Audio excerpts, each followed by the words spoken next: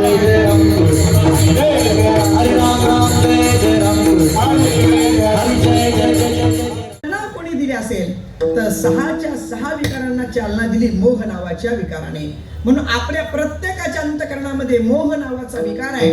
मग तो मोह नावाचा विकार कशाने नष्ट होणार असेल तर फक्त आई जगदंबेची उपासना केल्यानंतर. म्हणून अनादि निर्गुण प्रगटली भवानी मोह महिषासुर मर्दना लागुनी त्रिविध तापाची करावया झाडणी भक्ता लागे पावसी निर्वाणी आईचा जोगवा मागेन.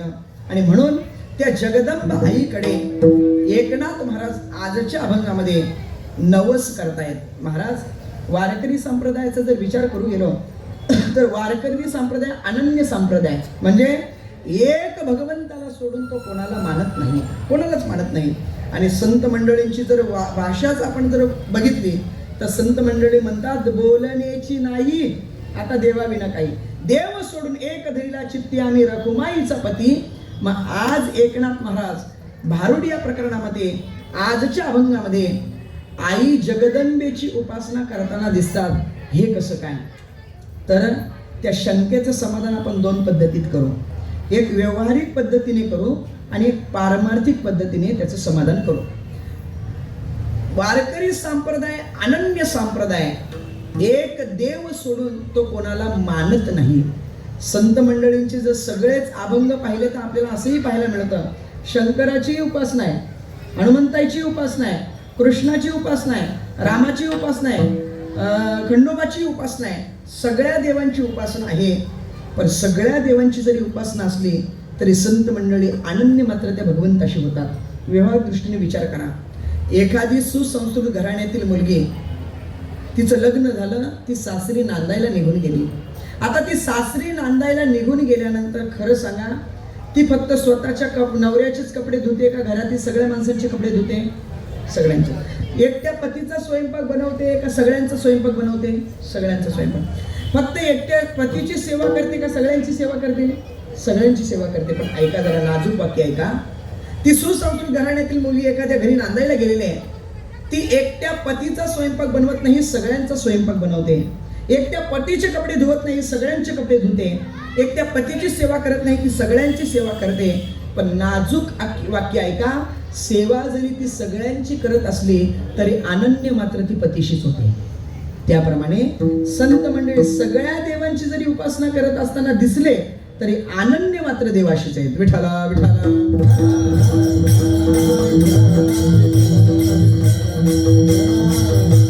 व्यावहारिक दृष्टीने चिंतन. आता पारमार्थिक दृष्टीने चिंतन करू. भक्त 3 प्रकारचे आहेत: कनिष्ठ भक्त, मध्यम भक्त आणि उत्तम भक्त.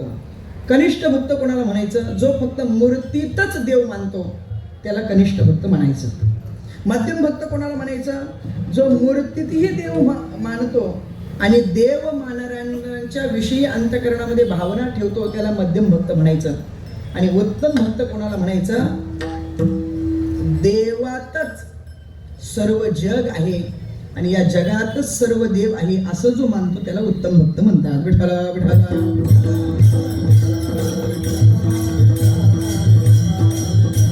आता याची संगती अशी जोडा.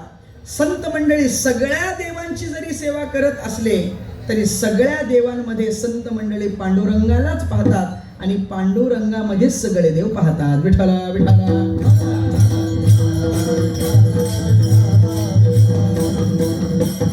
म्हणून एकनाथ महाराज आजच्या अभंगामध्ये भगवंत स्वरूप असणारा त्या भगवंताकडे, त्या जगदंबा आईकडे विनंती करतात, प्रार्थना करतात, नवस करतात. आता नवस करतायत बरोबर आहे, पण नवस करत असताना नवस का करावा, कशासाठी करावा?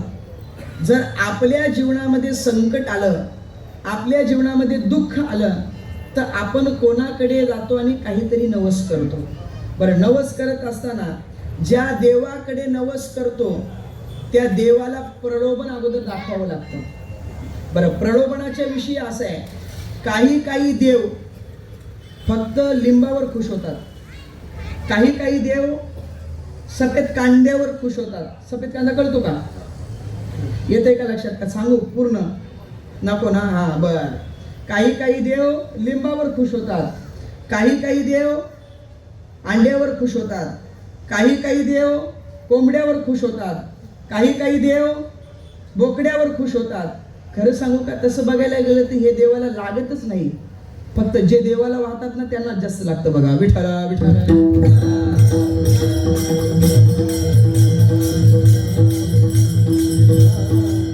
प्रलोभन अगोदर देवाला दाखवावं लागतं आणि त्यावेळेस देव काय करतो, आपली इच्छा पूर्ण करतो.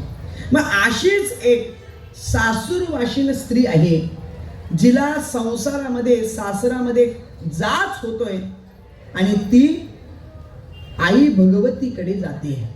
पण ऐका, माहेर आणि सासर या दोन्ही शब्दाचा जर अर्थ पाहायला गेलो आणि माहेर आणि सासर या दोन्ही गोष्टीचा जर विचार करू गेलो तर आपल्याला आवडणारी नेमकी गोष्ट कोणती? पण आता ऐका, सासर वेगळं आणि माहेर वेगळं. महिला मंडळ येणाऱ्या जाण्याकडे तुम्ही अजिबात लक्ष द्यायचं नाही.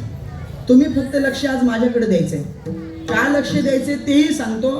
आज अभंग फक्त तुमच्या आनंददायाचाच निवडलेला आहे. मी तुम्ही अभंग ज्यावेळेस मी म्हणत होतो ना, मी बऱ्याच महिला पाहत होतो, एकामेकीला चिमटा काढून सांगत होते, हां हां असं, हं हं हं हे हे मी सगळं पाहत होतो. खरं तर हा अभंग निवडायचं म्हटल्यानंतर कीर्तनकाराने अगोदर एक सूचना दिली पाहिजे. काय सूचना दिली पाहिजे? सगळ्या घरातील मंडळी ग्रुपने कीर्तनाला बसायचे. ग्रुपने. हां, सुनबाई असली पाहिजे तिथं, सासराई असला पाहिजे तिथं, सासूही तिथंच असली पाहिजे, नवरा, जावबाई, ननंदबाई सगळ्यांनी एका एका ग्रुपमध्ये बसवायचे. हा ग्रुप वेगळा, तो ग्रुप वेगळा, तो असे बसवले पाहिजेत. का? आम्ही असं म्हणायला लागलो की ती बरोबर. हां हां हां विठ्ठला विठ्ठला.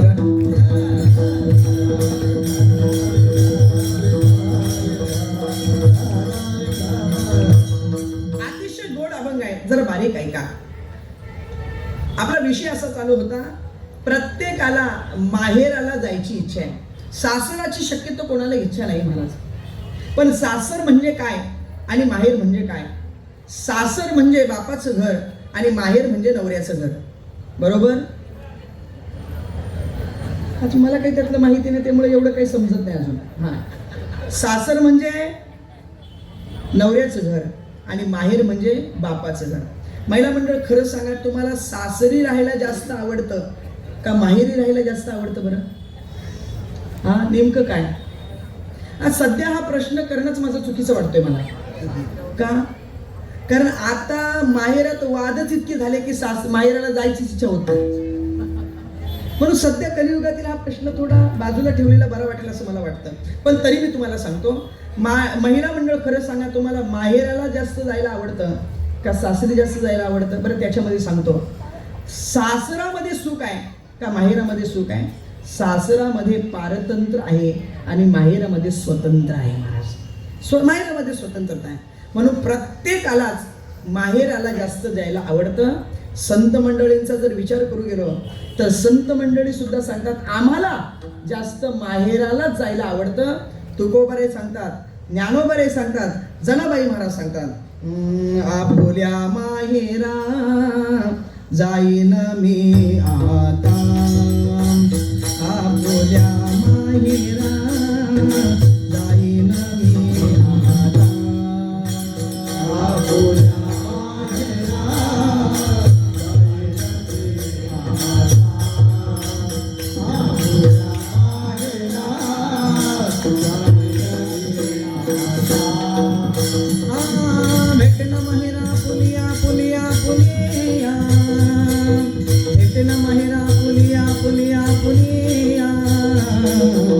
जाईन गमाये तया पंढरपुरा, जाईन गमाये तया पंढरपुरा, जाईन गमाये.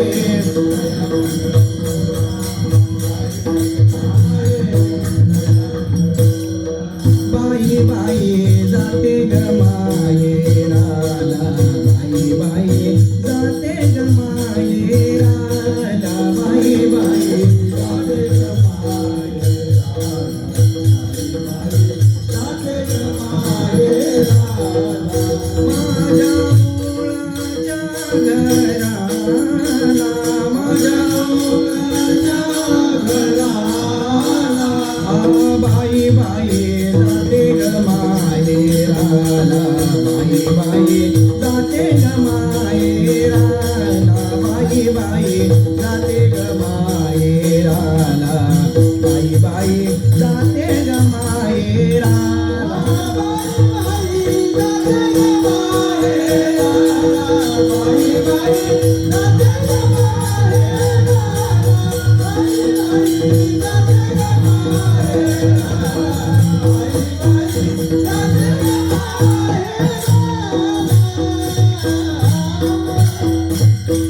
तुकोबाऱ्यांपासून सुरुवात केली जनाबाई महाराजांपर्यंत. आपुल्या माहेरा जाईन मी आता तुकोबाराय, भेटेन माहेरा आपुलिया ज्ञानोबाराय, आणि बाई बाई जाते ग माहेराला जनाबाई महाराज. प्रत्येक संतांना इच्छा आहे माहेराला जायची. का? कारण माहेरामध्ये स्वतंत्रता आहे आणि सासरामध्ये पारतंत्र आहे. उदाहरणाच्या साहाय्याने पटवून देतो.